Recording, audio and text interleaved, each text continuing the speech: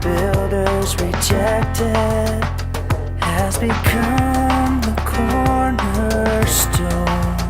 Hallelujah.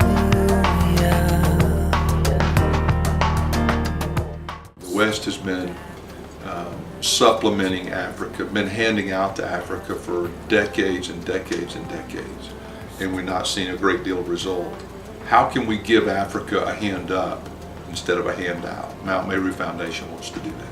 Mount Meru Foundation is a foundation that we hope will help us train people in Africa so that they can improve their lifestyle.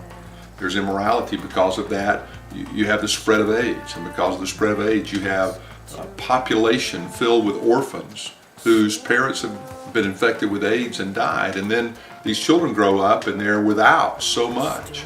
The ocean doesn't need any more water. It has all the water it needs. And yet when the rains come, all the water goes down the rivers and out to the ocean. And then when the drought comes, the cattle die and the Maasai are hungry and the children starve. So how do we help that? We began to teach the people of Africa the importance of saving, of preserving, of maintaining. And a part of what we want to do is to raise the level of discipleship so that people not only come to Christ, but they begin to live differently because of that. What if we could influence that culture so that they begin to accept Christian values and Christian biblical stewardship, biblical principles of stewardship, so that they move away from immorality and they live pure lives.